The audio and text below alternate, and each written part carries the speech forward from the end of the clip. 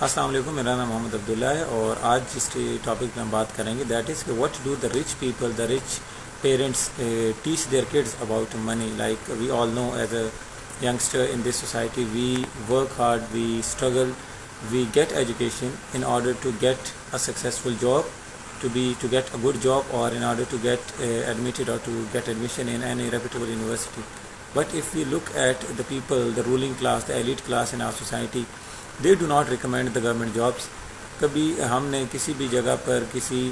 Government office میں کسی جگہ پہ سی ایس ایس کرتے ہوئے، ایف پی ایس سی کرتے ہوئے، پی پی ایس سی کرتے ہوئے،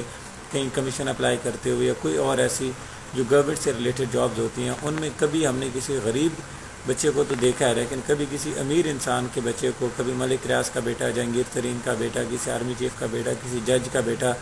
کسی پولیٹیشین کا بیٹا، کسی وزیر اعظم کا بیٹا ان جگہوں پہ کیوں نہیں جاتا؟ وہ لوگ جاتے ہیں ہمیشہ اپنے بزنس کی طرف، پراپرٹیز بناتے ہیں، ایسٹس بناتے ہیں، بٹ ایز اے پور کلاس، بلانگنگ ٹو دا پور کلاس اور the middle class of this society, ہم لوگ کیا کرتے ہیں؟ ہمارے پاس سب سے ضروری چیز ہوتی ہے کہ ہم کہاں پر جائیں؟ ہم لوگ جائیں کسی گورنمنٹ جاب میں یا کسی اچھی یونیورسٹی میں. اس کے پیچھے سب سے بڑی وجہ یہ ہے کہ نہ تو ہمارے پیرنٹس جو کہ خود آبویسلی مڈل کلاس ہیں، اور نہ ہی ہمارے اسکولس ہمیں یہ سکھاتے ہیں کہ ہم لوگوں کو بجائے یہ کرنے کے کہ ہم ایجوکیشن حاصل کریں، تو ہم لوگوں کو یہ کیوں نہیں نظر آتا کہ ہم کسی بھی جگہ پہ دیکھیں کوئی ایلیٹ کلاس کا جو اسٹوڈنٹ ہے وہ گورنمنٹ جاب کے لیے جا رہا، اور کوئی جو غریب کا بچہ ہے وہ جا رہا ہو کسی جگہ پہ پراپرٹی بنانے، کوئی بزنس کرنے یا کسی اور کام میں. اگر آپ سب کو میری یہ بات غلط لگ رہی ہے تو میں آپ کو قائد اعظم محمد علی جناح جو ہمارے قائد لیڈر ہیں ان کے ایک اسپیچ کا ریفرنس دیتا چلو. 1948 میں یونیورسٹی آف ڈھاکہ میں قائد اعظم نے ایک اسپیچ کی تھی جس میں انہوں نے گورنمنٹ آفیسز میں جانے سے روکا تھا ینگسٹرز کو، اور وہاں پر انہوں نے کہا تھا کہ یہ جو سول سرونٹس کا یا سول سروسز کا جو ٹرینڈ ہے یا جو قانون ہے، یہ سیٹ ہی برٹش گورنمنٹ نے کیا تھا. برٹش گورنمنٹ نے جب یہاں پر برٹشرز نے 1857 میں جب اس انڈیا، ہمارے انڈیا کو ٹیک اوور کیا، تو اس وقت وہ برٹشرز پورے تمام آفیسز کو رول کرتے تھے، رن کرتے تھے. لیکن with the passage of time کیا ہوا کہ انہوں نے انڈین ایلیمنٹس کو انٹروڈیوس کرنا شروع کیا، یعنی انڈینس کو انٹروڈیوس کرنا شروع کیا گورنمنٹ آفیسز میں. اس کی سب سے بڑی جو وجہ تھی وہ یہ تھی کہ جب انہوں نے انڈینس کو برٹش ایجوکیشن یا ماڈرن انگلش ایجوکیشن پرووائڈ دینا شروع کی، تو انہوں نے ایک ایسا مائنڈ سیٹ کریٹ کیا جو وہ اپنے مطابق چلا سکتے تھے. انہوں نے وہ تھاٹ، وہ سائیکالوجی، وہ مائنڈ سیٹ بنایا لوگوں کا جس کے مطابق وہ برٹش گورنمنٹ کے خلاف سوچنے کے بجائے ان کے ساتھ کام کرنے کو زیادہ پریفر کرتے تھے. آرمی میں جانا، گورنمنٹ آفس میں جانا اتنا زیادہ گلوریفائی کیا جاتا تھا کہ لوگ اپنا کام کرنے کے بجائے ان چیزوں پہ جاتے تھے. تو اس سے ہوتا یہ تھا کہ کوئی بھی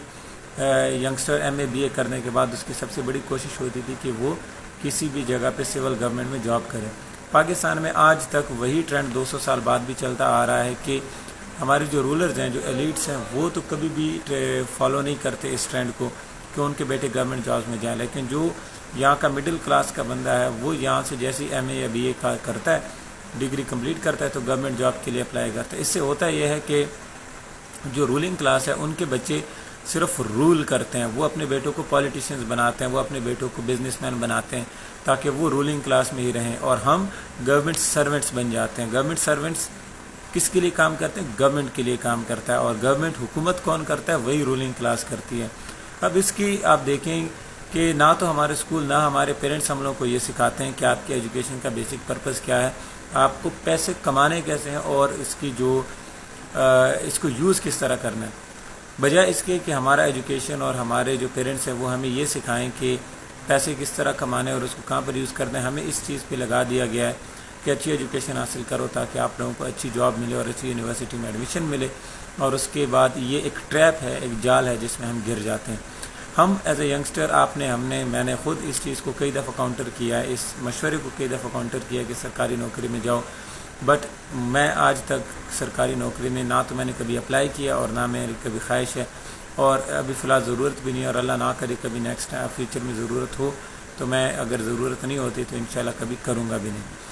اس کی سب سے بڑی وجہ یہ ہے کہ ابھی سلوشن اس کا کیا ہے کہ ہمیں کیا کرنا چاہیے.